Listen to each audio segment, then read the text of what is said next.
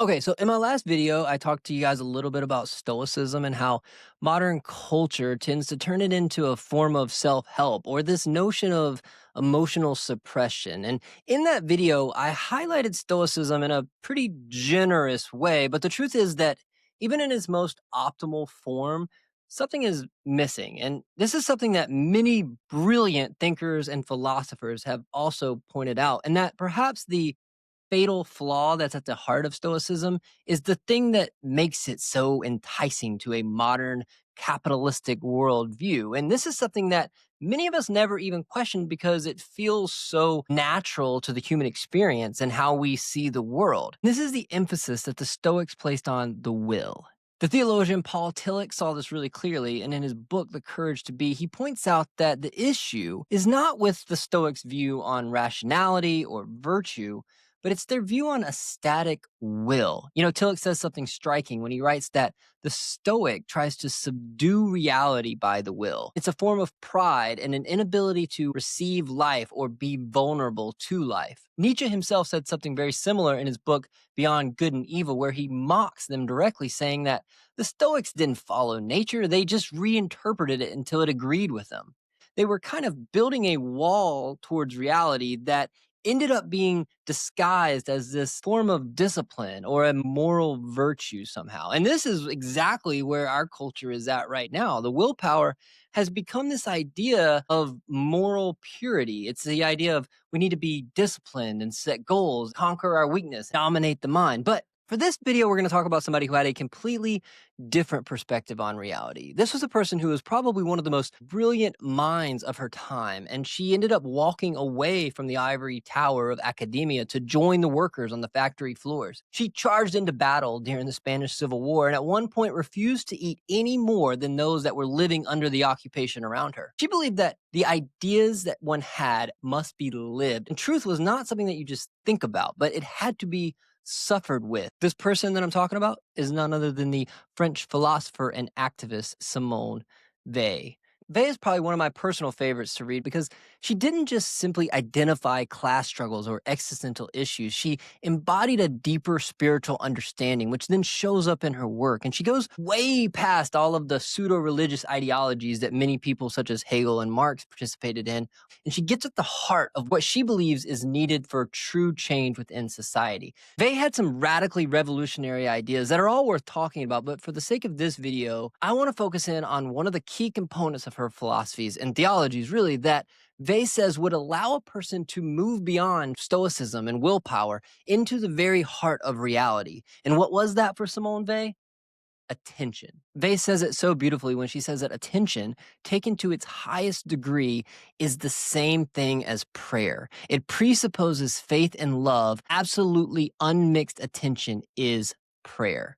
She also writes that attention is the rarest and purest form of generosity. Now, before you assume you know what Weil is talking about here, let's just slow down for a second. Because you see, Weil isn't just talking about focus or concentration. For most of us, when we think about attention, we're still framing it through the lens of willpower. But for Weil, she's talking about something much deeper. And this is more like a metaphysical posture or a suspension of this grasping and a willingness to just wait. It's a sort of emptying yourselves. And don't worry, we're going to unpack all of this. But the point being is that the primary task of true, pure intention has way more to do with the undoing than it does any type of doing. She writes this. She says, the willpower seeks what it lacks, and attention refuses to act for gain. And truth can't be forced. Insight cannot be willed. It appears through patient receptivity, through this quiet, watchful presence. Marcel Proust said it nicely when he says that instead of seeking new landscapes, one should develop new eyes. Or, as Terence McKenna puts it, the truth doesn't require your participation to exist. Bullshit does. Okay, let's shift gears for a second. I'll give you an example of what I'm talking about. So, have you ever gotten a text message from someone that just says, "We need to talk"? Well, what happens internally when you get that message? Your mind starts to immediately form a story around what that person might or might not be upset about. You start trying to predict what's going to happen and plan how the conversation might go. So you might get yourself all worked up, assuming the worst possible scenario. But in reality, you don't actually know what the conversation is going to be about. And you don't know if this person's even mad or maybe they're nervous too. But your will hates that silence. It doesn't like the empty space. And what it does is it's trying to fill in that space with some type of narrative. Faye names it clearly when she says that narratives rush in to fill absence and that your will seeks to manufacture certainty. It creates whole worlds through narratives and then traps us inside those worlds. But attention does something entirely different. Attention stays in that silence. It refuses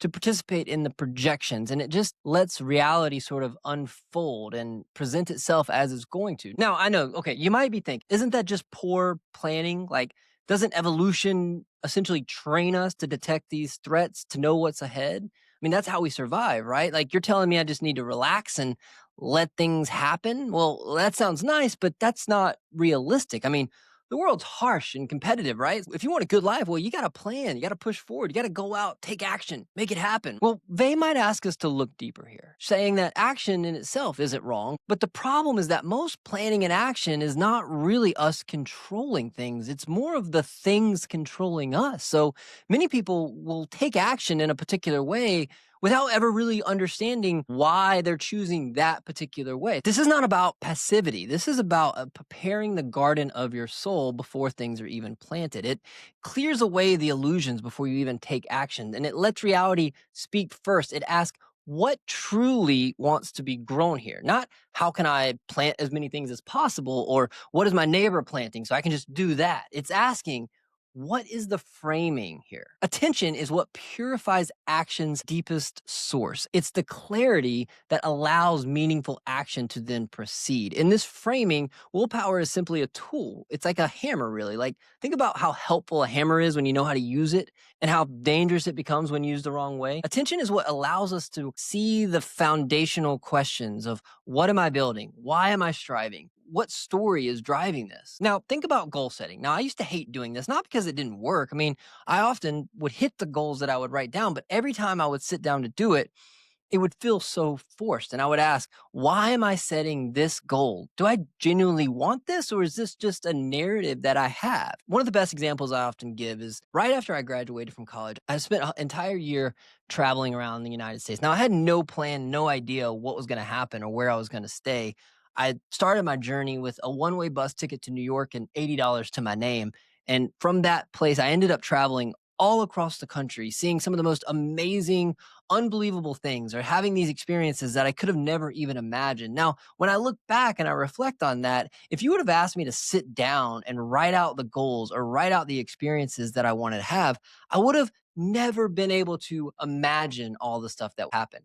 The only way that I experienced that was actually being open to where life was leading me or what was happening in that moment. And that presence, that way of being with reality is something that I think many of us overlook in our pursuit of creating the world that we want to see. Because at the end of the day, no matter how much we think we know what we want, I would imagine there's always going to be this element of surprise or this element that is beyond what we could have imagined. And now, this isn't just about goal setting. I mean, this shows up everywhere in life. And I'm not just picking on evangelicals here, but it's simply the world that I know. And for me, I can remember growing up in this world of constant sin management cycles where you pray endlessly for better behavior and you promise God that you'd change and walk forward on every altar call. And, despite everything that I tried, I kept failing. I mean, again and again. And the reason is because that system still ran on willpower. I tried to overcome what seemed harmful or sinful or what a pastor told me was sinful, but essentially it was just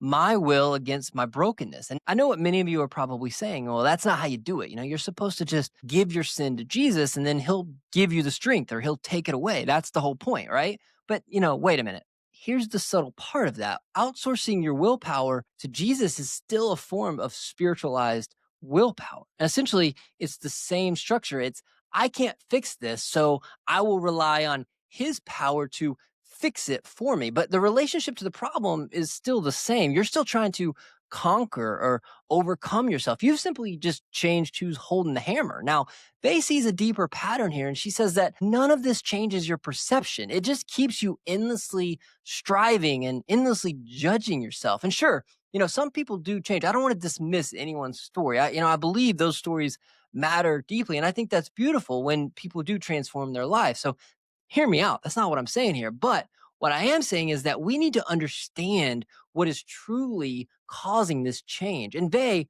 points somewhere else because she's telling us that transformation rarely comes through force.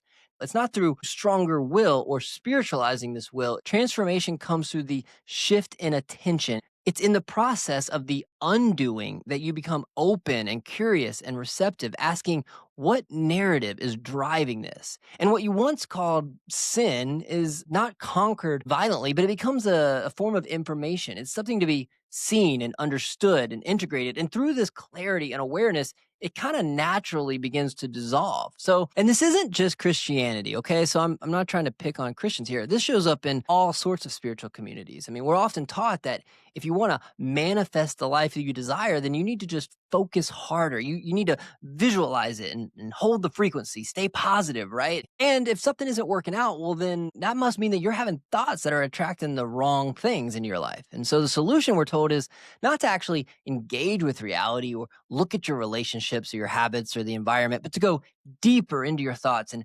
rearrange this inner world until the outer world suddenly complies with how you've arranged your inner world. And suddenly the entire spiritual journey collapses into a kind of metaphysical willpower where if you can just think correctly and stay positive and visualize enough, then life will inevitably give you what you want. And then you'll be happy. But at the end, this is still the will. It's still the same posture of control, just wrapped in metaphysical, spiritual language. It's basically just coming up with a vision of reality and then projecting it onto the world. But nothing about this teaches us how to actually see reality. Nothing teaches us how to attend to what is. Nothing cultivates the humility that we need for genuine insight and transformation. They would say that this too is refusal of attention because true attention requires letting what is reveal itself instead of just constantly opposing all the things that we think it should be. Think about this for a moment, okay?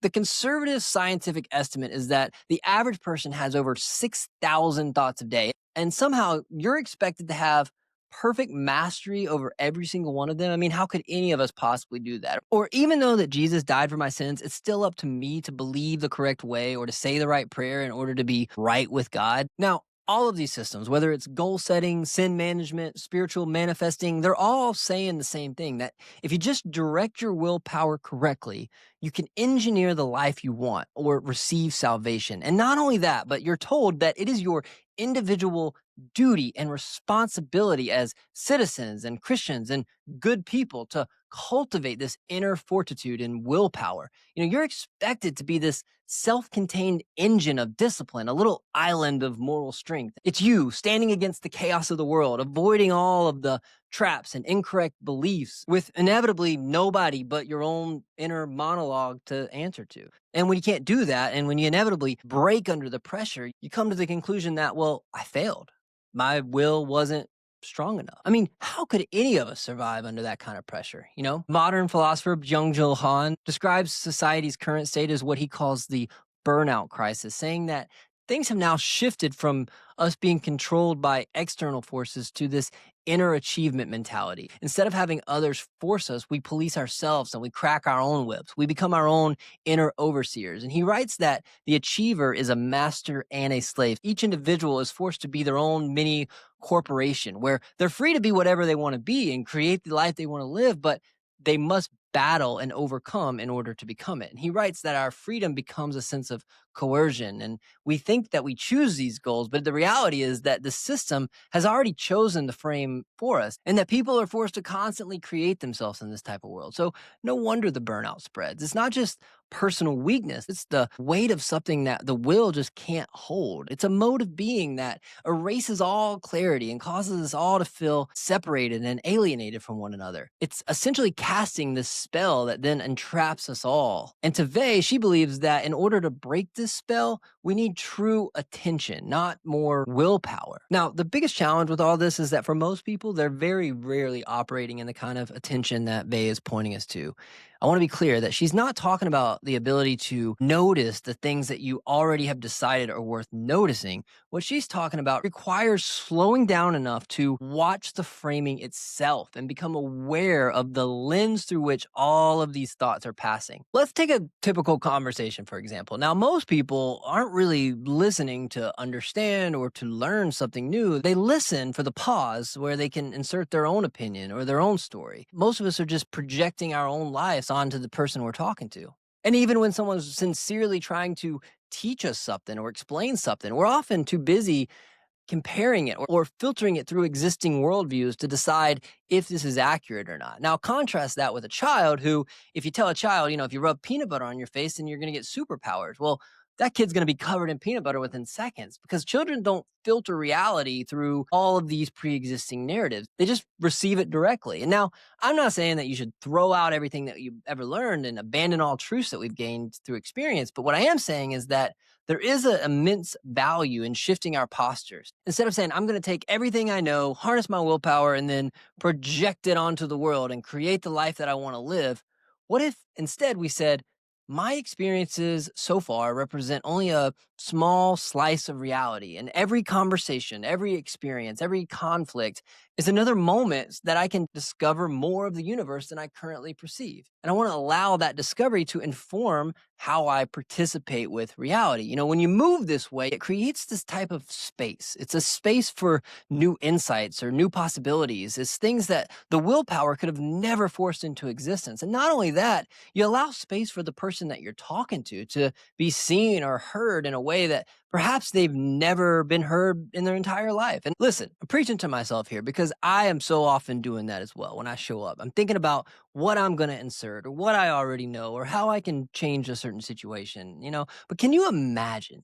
Just imagine what a world where every interaction was seen through the lens of how am I connected to the world around me? How am I a part of the flow of the relational web of all things, opposed to how am I going to accomplish or succeed or brand myself or win at life today? If people view themselves less as an individual and more as the connections and relationships with every single person around them, and we were less focused on what is my life as an individual mind, but more as what is my life in relationship to all of these things around me, how drastically would the world change? So, to recap, they believe that attention as a deeper metaphysical practice is what opens the soul to the good, the true, and the beautiful. Where she says that to be rooted in attention is to consent to be vulnerable with reality. And I think that this deeper shift that Bay is offering us to stop trying to force ourselves onto the world or stop trying to will yourself into becoming something new, stop trying to dominate every experience with our goals and our strategies and our expectations, and instead just letting reality speak. I mean, showing up honestly and vulnerably and letting our attention loosen its grip to settle into this openness. Because when the attention is free, the ego can finally let go of the narratives and we can become free to discover and embrace something that I want to talk about in my next video, which is the notion that Henri Corbin talks about as the divine double. Anyway, thank you guys for watching. I really hope you enjoyed this video. If you don't mind, please consider subscribing and liking and leaving a comment. It really helps with the algorithm. And I've really enjoyed getting to make these videos. So if you want to check out the one that I made right before this, click on this link right here. This is a pretty good video that you might enjoy. And there's another one that you might enjoy that I made right before that is also pretty cool. So anyway, thanks again, guys. And I look forward to seeing you in the next video.